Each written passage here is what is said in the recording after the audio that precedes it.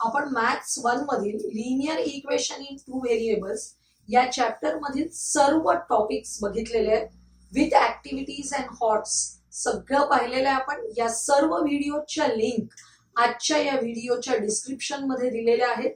आज आपण एमसीक्यूज म्हणजेच मल्टिपल चॉईस क्वेश्चन्स बघणार आहोत। या मल्टिपल चॉईस क्वेश्चन्सचा प्रश्न आपल्या रिटन एक्झाम मध्ये पेपर मध्ये क्वेश्चन नंबर 1 मध्ये येणार आहे की जिथे तुम्हाला 4 प्रश्न येणार आहेत आणि सर्व सोडवायचे आहेत, म्हणजे एकही ऑप्शन नाही। त्यामुळे अशा प्रकारचा एखादा प्रश्न जरी आपल्याला आला नाही तर आपला 1 मार्क हमखास जाणार आहे। आणि हे होऊ नये म्हणून आतापासून आपण या सर्व एमसीक्यूचा सुद्धा सराव प्रत्येक चॅप्टर साठी घेणार आहोत। बघा काय प्रश्न लिहिलेला असतो, choose the correct alternative for each of the following questions. Alternative choose करायचंय म्हणजे ए बी सी डी पैकी योग्य तो पर्याय लिहायचा आहे आपल्याला। बघा question number 1, for drawing the graph of 4x plus 5y is equal to 19 if x is equal to 1 what is the value of y। तुम्हाला माहिती आहे आपण जेव्हा ग्राफ काढतो, ग्राफिकल मेथडने इक्वेशन सॉल्व करत असतो, ग्राफ काढतो तेव्हा आपण एक टेबल तयार करतो फॉर ईच इक्वेशन। त्याच्यामध्ये x च्या एका व्हॅल्यू साठी y ची व्हॅल्यू काय असेल ते काढतो, तेच आपल्याला इथे काढायचं आहे। इक्वेशन साठी मी इक्वेशन लिहून घेते, 4x plus 5y is equal to 19। आपल्याला x ची व्हॅल्यू दिलेली आहे 1। मी रफ वर्क करते इथे, तुम्ही रफ वर्क तुमच्या आन्सर शीटच्या लास्ट पेजवर करा, म्हणजे तिथे खाडाखोड वगैरे झाली तरी चालते, त्यामुळे मागे करा तुम्ही। इथे 4x plus 5y is equal to 19 मध्ये x ची व्हॅल्यू 1 सबस्टिट्यूट करायची आहे। 4 into 1 plus 5y is equal to 19। बघा 4 into 1 4 plus 5y is equal to 19 plus 5y इथेच ठेवायचे, plus 4 अपोजिट साइडला गेले, 19 minus 4 19 minus 4 म्हणजेच किती झाले 15। y is equal to 15 upon 5। y ची व्हॅल्यू मिळाली 3।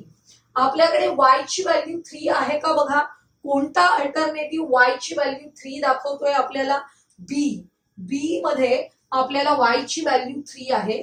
आपल्याला पेपर मध्ये आन्सर शीट मध्ये काय करायचंय नेमकं बघा, क्वेश्चन नंबर 1 घालायचंय आणि या क्वेश्चन नंबर 1 साठी कोणता करेक्ट अल्टरनेटिव्ह आहे त्याचं फक्त अल्फाबेट लिहायचंय, म्हणजे आपल्याला बी हे अल्फाबेट इथे आन्सर मध्ये लिहायचंय।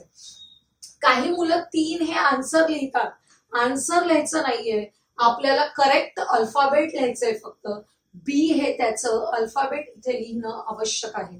आता आपण सेकंड क्वेश्चन बघूया, for simultaneous equations in x and y dx dy दिलेला आहे, d दिलेला आहे, then what is the value of x. तुम्हाला माहिती आहे आपण क्रॅमर्स रूल डिटर्मिनंट मेथड वापरतो, त्यावेळी d dx आणि dy काढून घेतो आणि ते काढल्यानंतर एक्स आणि वाय ची व्हॅल्यूज काढण्यासाठी आपल्याकडे फॉर्म्युले असतात। इथे find the value of x सांगितलंय, एक्सचा फॉर्म्युला काय आहे, x is equal to dx upon d. बघा dx ची व्हॅल्यू किती दिली आहे 49 अपॉन d ची व्हॅल्यू आहे 7। 49 अपॉन 7 आन्सर किती येणार आहे 7। आपल्याकडे योग्य पर्याय शोधायचा आहे, कोणता आहे बघा, ए ह्या जो अल्टरनेटिव्ह आहे त्याच्यामध्ये x ची व्हॅल्यू दिलेली आहे 7, म्हणजेच आपल्याला सेकंड क्वेश्चन साठी याचं अल्फाबेट ए आन्सर मध्ये लिहायचं आहे। थर्ड क्वेश्चन बघा, what is the value of determinant. हा जो डिटर्मिनंट आहे त्या डिटर्मिनंटची व्हॅल्यू काढायची आपल्याला। डिटर्मिनंटची व्हॅल्यू आपण कशी काढतो, हे क्रॉस मल्टिप्लिकेशन अगोदर करायचंय, म्हणजेच 5 into -4, त्यानंतर सबट्रॅक्ट करायचंय, हे क्रॉस मल्टिप्लिकेशन काय बघा 3 into -7। चिन्ह फार महत्वाची आहे, 5 into -4 -20 आणि इथे -3 into किती झालेत बघा, -3 into -7 प्लस 21, 7 त्रिक 21, -20 प्लस 21, आन्सर येणार आहे +1. -20 प्लस 21 असं असेल तेव्हा मोठ्या संख्येतून लहान संख्या मायनस करायची, मोठ्या संख्येचं साइन द्यायचंय, म्हणजे इथे आपल्याला +1 मिळणार आहे आणि +1 हा अल्टरनेटिव्ह आहे आपल्याकडे डी मध्ये, त्यामुळे थर्ड क्वेश्चन साठी अल्टरनेटिव्ह लिहायचा आहे डी. बघा आता आपण 4 बघूया. क्वेश्चन नंबर 4 मध्ये आपल्याला काय दिलेलं आहे, what is the value of d. आता डी ची व्हॅल्यू काढायची आहे. फॉर सॉल्विंग सायमल्टेनियस इक्वेशन्स, दोन इक्वेशन्स दिलेत, मी मुद्दाम इथे लिहून घेते एकाखाली एक.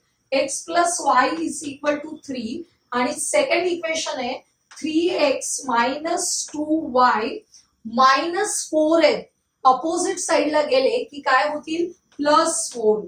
आपल्याला क्रॅमर्स रूल वापरायचा असेल तर आपल्याला या फॉर्मॅट मध्येच इक्वेशन लिहावं लागतं, हे तुम्हाला माहिती आहे. त्यामुळे -4 आपण अपोजिट साइडला नेले, +4. आता आपल्याला डी ची व्हॅल्यू काढायची आहे. क्रॅमर्स रूल प्रमाणे डी कसा लिहितो आपण, डी मध्ये एक्स चे कोएफिशियंट्स जे आहेत ते उभ्या पहिल्या कॉलम मध्ये लिहायचे. या एक्स चा कोएफिशियंट आहे 1, म्हणजे 1, 3 हा आपला पहिला कॉलम असणार आहे.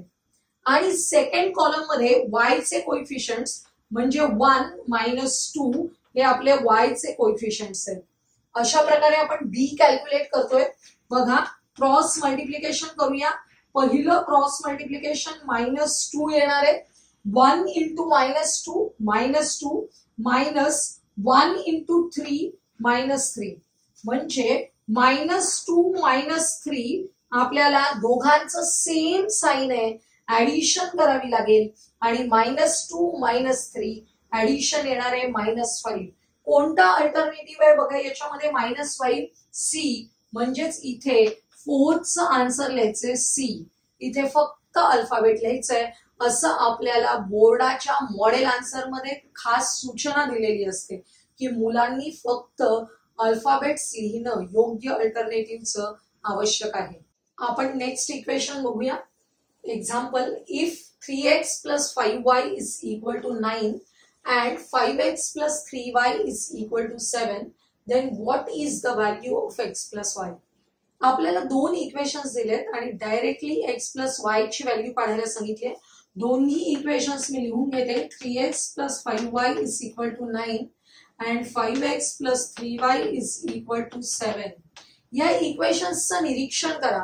इथे जो x चा कोएफिशियंट आहे तो सेकंड इक्वेशन मध्ये y चा आहे आणि इथे जो y चा कोएफिशियंट आहे तो सेकंड इक्वेशन मध्ये x चा आहे. अशा टाइपचे इक्वेशन्स आपण बघितलेले आहेत. ते सॉल्व्ह करताना नेहमी आपण जेव्हा या दोन इक्वेशन्सची अशा प्रकारच्या प्लस साइन मध्ये असलेल्या इक्वेशन्सची ऍडिशन करतो तेव्हा आपल्याला इक्वेशन वरून कोणती व्हॅल्यू मिळते, डायरेक्टली x प्लस y ची. काढून बघूया आपण. ऍडिंग इक्वेशन्स 1 and 2, ऍडिशन केली 8x plus 8y is equal to 9 plus 7 16. या संपूर्ण इक्वेशनला 8 ने डिव्हाइड करू शकतो आपण. 8 ने डिव्हाइड केलं की आपल्याला रिड्यूस फॉर्म मध्ये इक्वेशन मिळेल.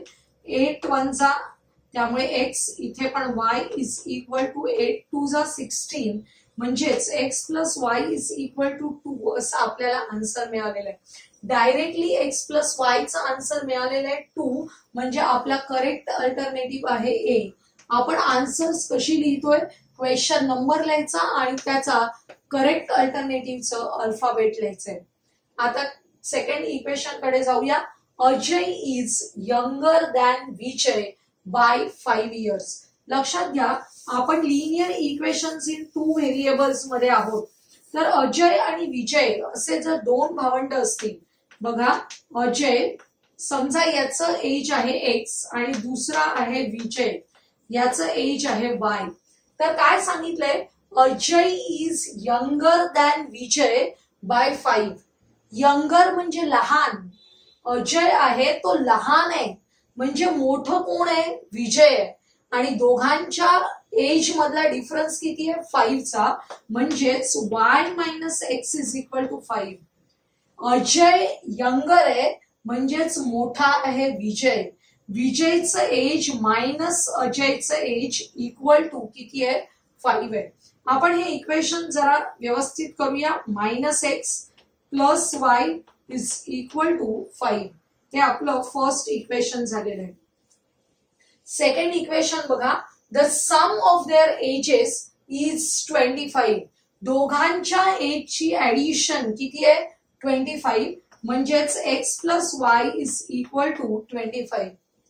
तुमच्या लक्षात येईल जर या दोन इक्वेशन्सची आपण ऍडिशन केली तर -x + x कॅन्सल होतील. y + y 2y is equal to 25 + 5 30 म्हणजे y ची व्हॅल्यू मिळते आपल्याला 30 divided by 2 that is y is equal to 15.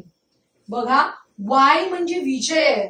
विजयचं वय किती आहे 15 इयर्स, एज 15 इयर्स. त्याच्यापेक्षा 5 वर्षांनी यंगर अजय आहे. म्हणजे 15 पेक्षा 5 वर्षांनी लहान म्हणजेच अजयचं वय. आपल्याला अजयचं वय लिहायचंय ते 15 पेक्षा 5 वर्षांनी कमी म्हणजे किती असणार आहे 10. त्यामुळे आपल्यासाठी 6 क्वेश्चनचा करेक्ट अल्टरनेटिव्ह आहे सी. तुम्हाला जर असा विचार करायचा नसेल तर डायरेक्ट y ची व्हॅल्यू इथे सबस्टिट्यूट करा. x + y च्या ठिकाणी 15 is equal to 25 plus 15 opposite साइडला गेले मायनस होतील. 25 - 15 10 म्हणजेच x ची value age of Ajay is equal to 10 years येणार आहे. आपण वर्ड प्रॉब्लेम सोडवलेले आहेत त्याचाच आपल्याला इथे उपयोग करायचा आहे. बघा 7th एक्झाम्पल.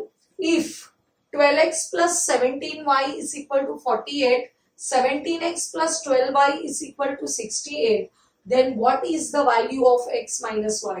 बघा आता आपल्याला x - y ची व्हॅल्यू काढायची. आपण लिहून घेऊया equations. 12x + 17y is equal to 48. Second equation आहे 17x + 12y is equal to 68. आपल्याला असे इक्वेशन्स दिलेत की इथला x चा कोएफिशियंट इकडे y चा आहे, इथे y चा कोएफिशियंट आहे तो इथे x चा आहे आणि व्हॅल्यू काढायची आहे x - y ची. आपल्याला इथे सगळीकडे प्लस साइन्स आहेत. जर x - y ची व्हॅल्यू काढायची असेल तर सबट्रॅक्शन करावं लागेल आणि सबट्रॅक्शन करायचं म्हणजे सेकंड इक्वेशनच्या साइन्स चेंज करायच्या. ते आपण केलेल्या आहेत. प्लस आहे ती मायनस, प्लस असेल तिथे मायनस, प्लस असेल तिथे मायनस. बघा आता -17 + 12 म्हणजे -5x. इथे +17 - 12 म्हणजे इथे +5y इज इक्वल टू इथे -68 + 48. मोठा नंबर आहे 68 त्याच्यातून 48 मायनस करा 20 आले आणि मोठ्याची साइन द्यायची. आता आपण संपूर्ण इक्वेशनला -5 ने डिवाइड करू. काय होईल बघा -5 ने डिवाइड केलं तर इथे मिळतील x. इथे -5 ने डिवाइड केल्यामुळे -y इज इक्वल टू -5 ने डिवाइड केल्यामुळे 5 चोक 20 आणि मायनस मायनस साइन कॅन्सल होतील म्हणजे x - y ची व्हॅल्यू मिळाली आहे 4. कोणता करेक्ट अल्टरनेटिव्ह आहे आपल्याकडे A. त्यामुळे इथे 7वा प्रश्न आहे ज्याचा A अल्टरनेटिव्ह करेक्ट आहे आपला. अशा पद्धतीने आपल्याला 1 मार्कासाठी मल्टिपल चॉईस क्वेश्चनचा विचार करायचा आहे. आता 8 बघा एक्झाम्पल. 8वा प्रश्न वाचायला घ्यायचा आहे.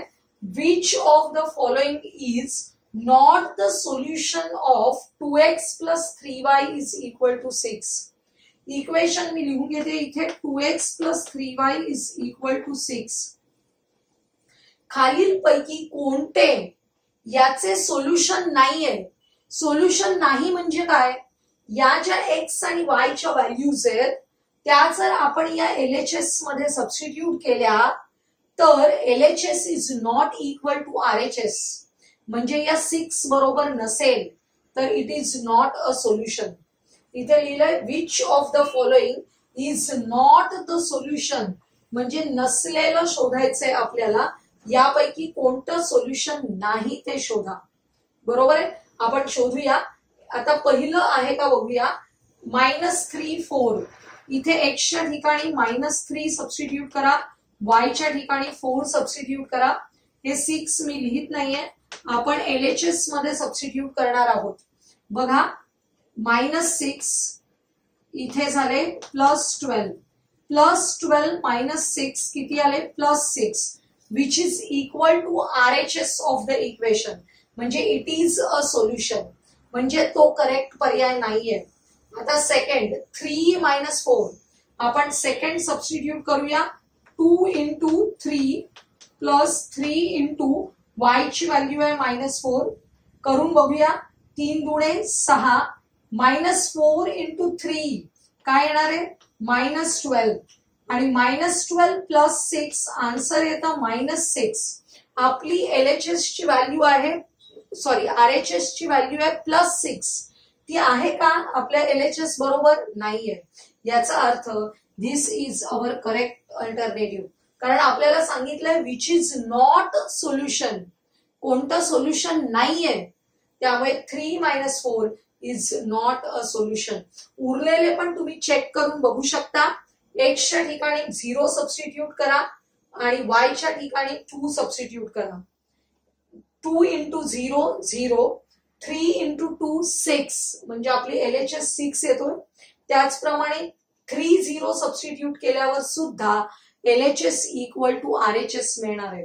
म्हणजे आपल्यासाठी नॉट द सोल्युशन यासाठी करेक्ट अल्टरनेटिव्ह आहे 3 - 4. याचाच अर्थ बी. त्यामुळे 8th क्वेश्चनचं करेक्ट अल्टरनेटिव्हचं अल्फाबेट लिहायचंय बी. आपण नेक्स्ट एक्झाम्पल बघूया. 9th, what is the value of 1/x - 1/y if these two equations are given? बघा इक्वेशन्स आपण लिहून घेऊया. 6/x - 3/y is equal to 10. Second equation आहे 2/x - 5/y is equal to 6. आपल्याला 1/x - 1/y ची value काढायची. आपण सबस्टिट्यूशन वगैरे करत बसलो तर खूप मोठं गणित होईल. आपण थोडंसं निरीक्षणाने सोडवूया, कारण 1 मार्कासाठी एक्झाम्पल आहे. बघा या 2 इक्वेशन्सची डायरेक्टली ऍडिशन करा. 6 + 2 न्यूमरेटर्स ऍड करू शकतोय आपण, कारण डिनॉमिनेटर्स दोन्हीकडे सारखा आहे x. त्यामुळे डिनॉमिनेटर x सारखाच असल्यामुळे 6 + 2 8 झाले. मायनस इथे पण डिनॉमिनेटर दोन्हींचा y आहे सारखाच आहे. आपण न्यूमरेटर्स ऍड करू शकतो. 3 + 5 म्हणजे 8 इक्वल टू 10 + 6 16. बघा या संपूर्ण इक्वेशनला 8 ने डिव्हाइड करा. 8 ने डिव्हाइड केलं की 1/x - 1/y is equal to 2. किती पटकन आपल्याला आन्सर मिळालं बघा. 1/x - 1/y is equal to 2. म्हणजे आपलं कोणता अल्टरनेटिव्ह करेक्ट आहे 2, म्हणजे बी हा अल्टरनेटिव्ह करेक्ट आहे. इथे आपल्याला 9व्याचं आन्सर लिहायचंय बी. म्हणजे अशा प्रकारचं एक्झाम्पल जे निरीक्षणाने आपल्याला लवकर कळतं. आपण जर स्टेप बाय स्टेप करत बसलो तर 1 मार्काच्या गणितालाच तुम्ही 5-10 मिनिटं वाया घालवाल. त्यामुळे थोडंसं दिलेल्या एक्झाम्पल्सचं ऑब्झर्वेशन गरजेचं आहे. 10th एक्झाम्पल बघा. The sum of the 2 numbers is 20. आता आपल्याला 2 नंबर्स सांगितलेत, त्यांची ऍडिशन दिलेली आहे 20. आपण काय करूया बघा. 2 नंबर्स आहेत x and y, where x is greater than y. या दोघांची addition sum of the 2 numbers म्हणजे x + y is equal to 20 दिलेलं आहे. आणि देअर डिफरन्स इज 4. डिफरन्स म्हणजे x जर मोठा असेल तर x - y is equal to 4 असं आपल्याला सेकंड इक्वेशन मिळतं. काय सांगितलंय which is the greater of the 2 numbers. याच्यापैकी मोठा नंबर सांगायचा आहे फक्त. आपण सॉल्व करूया. अगोदर या दोघांची ऍडिशन केली. x + x + y कॅन्सल झाले. x + x 2x is equal to 24. 20 + 4 24 म्हणजे x ची व्हॅल्यू किती आली 24 divided by 2 which is equal to 12. आणि x हाच आपला मोठा नंबर आहे म्हणजे x इज इक्वल टू 12 हे आपलं करेक्ट आन्सर आहे विच इज अल्टरनेटिव्ह सी. म्हणजे आपल्याला 10th एक्झाम्पल साठी सी हे अल्टरनेटिव्ह लिहायचंय. आता 11th बघा, what is the value of. हा प्रश्न थोडासा वेगळा आहे. काय करायला सांगितलंय बघा, what is the value of K. K ची व्हॅल्यू फाइंड आउट करायची आहे. के म्हणजे काय आहे, आपल्या ऑर्डर्ड पेअर मधला एक्स आहे. वाय दिलेला आहे 5. Is the solution of the simultaneous equations. दोन इक्वेशन्स दिलेत, त्यांचं हे सोल्युशन आहे. तर आपल्याला खालीलपैकी कोणता अल्टरनेटिव्ह करेक्ट आहे तो बघायचा आहे. के ची व्हॅल्यू आपल्याला शोधायची आहे. आपण एक एक अल्टरनेटिव्ह घेऊन बघू शकतो, किंवा तुम्हाला हे दोन इक्वेशन सॉल्व्ह करून एक्स आणि वाय पण काढले तरी तुम्हाला तो अल्टरनेटिव्ह मिळणार आहे. पण आपण जर एका इक्वेशन मध्ये सबस्टिट्यूट करत गेलो तरी चालणार आहे. तुम्हाला कोणती मेथड आवडते बघा. इक्वेशन्स आहेत 4x + 3y = 19 आणि दुसरं आहे 4x - 3y = -11. आपण सॉल्व तर नेहमीच करतो, आपण जरा वेगळी मेथड फॉलो करूया. x = k सबस्टिट्यूट करायचं आणि y किती सबस्टिट्यूट करायचे 5. या दोघांपैकी पहिलं इक्वेशन सोपं आहे, आपण पहिल्यामध्येच सबस्टिट्यूट करून बघूया. बघा, k व्हॅल्यू सबस्टिट्यूट केली तर 4k + 3 × 5 किती होणार आहे 15 = 19. म्हणजेच 4k = 19 हा इकडे गेला, काय होणार आहे -15. म्हणजे 4k = 19 - 15. आन्सर किती येत आहे 4. म्हणजेच k ची व्हॅल्यू येणार आहे 1. k ची व्हॅल्यू किती मिळाली तुम्हाला 1. आपण काय केलं, या एका इक्वेशन मध्ये सबस्टिट्यूट करून बघितले. x च्या ठिकाणी k आणि y च्या ठिकाणी 5. त्यावेळी आपल्याला सबस्टिट्यूशन नंतर k ची व्हॅल्यू मिळालेली आहे 1. आपण लक्षात ठेवूया k ची व्हॅल्यू 1 आणि परत या इक्वेशन साठी पण टॅली करून बघूया. बघा, सेकंड इक्वेशन साठी आपण k ची व्हॅल्यू तीच येते का बघूया. इथे x च्या ठिकाणी k सबस्टिट्यूट करा. 4k -3 × y च्या ठिकाणी 5 सबस्टिट्यूट करा = -11. बघा, 4k - 15 = -11. -15 अपोजिट साइडला गेले +15 होतील आणि +15 - 11 +4 होतील. 4k = 4 म्हणजे k ची व्हॅल्यू किती आली आहे 1. आपण दोन्ही इक्वेशन मध्ये सबस्टिट्यूट करून बघितलं, आपल्याला k ची व्हॅल्यू 1 येते. म्हणजेच डी हा आपला करेक्ट अल्टरनेटिव्ह आहे. बघा, कितवं एक्झाम्पल आहे 11वं. तर डी साठी आपल्याला डी हा करेक्ट अल्टरनेटिव्ह लिहायचा आहे. 12th एक्झाम्पल बघा काय दिलंय, what is the degree of determinant. हा एक डिटर्मिनंट दिलेला आहे, त्याची डिग्री विचारली आहे. किती रोज आणि किती कॉलम्स आहेत या डिटर्मिनंट मध्ये 2 कॉलम्स अँड 2 रोज. असा जर डिटर्मिनंट असेल तर आपण क्रॅमर्स रूल मध्येच शिकलो आहोत की हा डिग्री 2 असलेला डिटर्मिनंट आहे. म्हणजेच याचा करेक्ट ऑप्शन कोणता आहे डी. बरेच विद्यार्थी कन्फ्यूज होतात, याच्यामध्ये सुद्धा 2 कॉलम्स आणि 2 रोज असतील तर डिग्री 2 असलेला तो डिटर्मिनंट आहे. आजच्या व्हिडिओमध्ये आपण काय काय बघितलं, एमसीक्यूज बघितले. पण त्या एमसीक्यूज मध्ये जवळजवळ लिनियर इक्वेशन्स आपण पूर्ण रिवाइज केला. कारण क्रॅमर्स रूल मधले फॉर्म्युले वापरावे लागले, वर्ड प्रॉब्लेम प्रमाणे इक्वेशन्स रिप्रेझेंट करावी लागली. त्यानंतर आपल्याला x + y, x - y च्या व्हॅल्यूज काढाव्या लागल्या. म्हणजे इनडायरेक्टली एमसीक्यू मध्ये आपण सर्व रिव्हिजन केलेली आहे. तर तुम्हाला आजचा हा व्हिडिओ आवडला असेल तर लाईक करा, आपल्या मित्रमैत्रिणींना शेअर करा आणि आपल्या या चॅनलला सबस्क्राईब करायला विसरू नका.